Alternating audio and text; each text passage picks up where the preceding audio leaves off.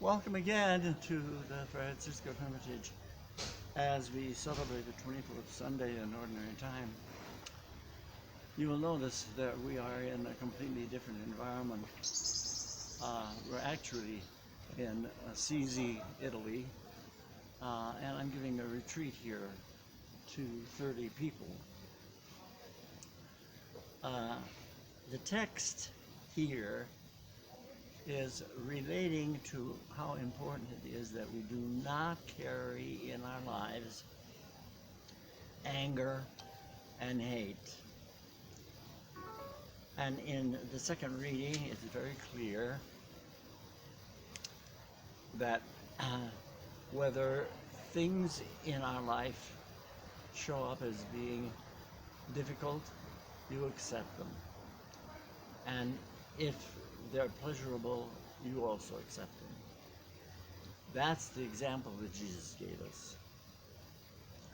You will notice that in the background, we are in front of the Church of St. Clair, who also is a wonderful model. And this place carries a peace and a joy that people feel, even if they know nothing or little about St. Francis. And that's the case with some of the people who are here on this retreat. Now, I want to be able to give you some understanding of the text in terms of practical application. You know, these knots that we carry indicate a promise that we take to live a very simple life with few things, and that we don't get married, and number three, that we are obedient to our conscience. Now, in the past, this was obedience to a superior. But since Vatican II, that has shifted. And years ago, when I was in the Cleveland area, one of the young priests in the community was elected as the guardian. And one of the first things that he did is to call me into his office, and he was very adamant about telling me, Justin, don't you teach any of that meditation stuff any longer. He said, I am the psychologist in this school. Well, I told him, I said, you know, what I do in terms of teaching meditation is something I feel God has called me to do. I said, I cannot violate my conscience.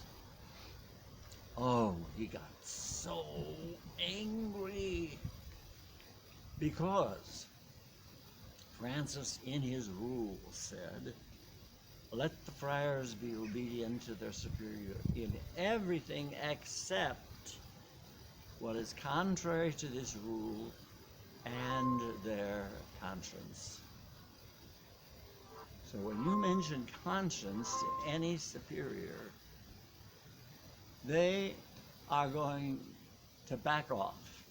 They won't touch you with a 10-foot pole. So he got so angry when I mentioned conscience that he said, get out of my office. I mean, he was really angry. So I went to my room, and I went into meditation, and I thought to myself, if I get angry and or hateful because of what just transpired with my superior, what I was going to be doing is putting a burden on my back, which I was going to be carrying, and which is not going to be good for me. So I went into meditation, And I visualize love and healing going to this young man. And I was thinking, I understand this is the first time he has had a position of authority, and he really does not understand servant leadership. So I have to accept him where he is. So when I got finished with the meditation, I was very much at peace, and I didn't have to worry about carrying this negativity with me. And you know, my dear friends, so many people carry anger and hatred around with them, and that's nothing but a burden that, if held long enough, can even create illness. So it's really stupid to hang on to that negativity. Now, you know, the scriptures are really clear. It says here that anyone who hangs on to anger or to things hateful, that is the sign of a sinner. And that's not a happy person. And in the second reading, it talks about how we should live our lives the way Jesus did, accepting what is pleasant and what is not pleasant. And the text reads, whether we live or we die, referring to positive and or negative experience, we are the Lord's.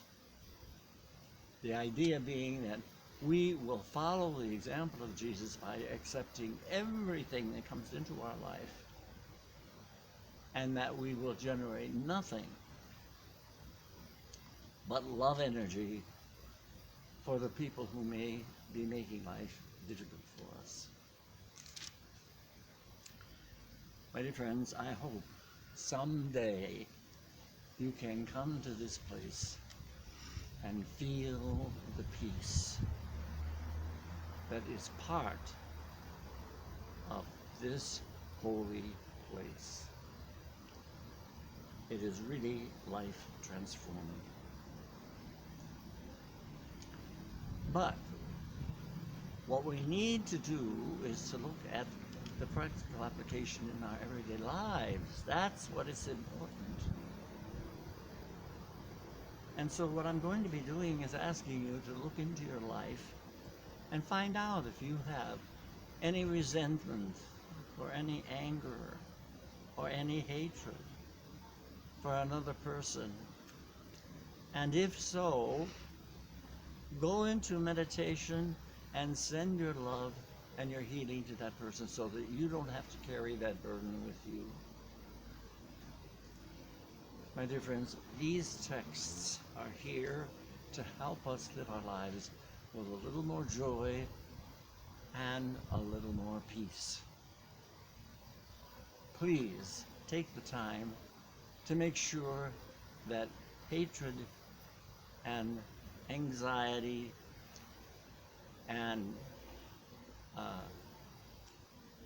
anger are simply not a part of your life.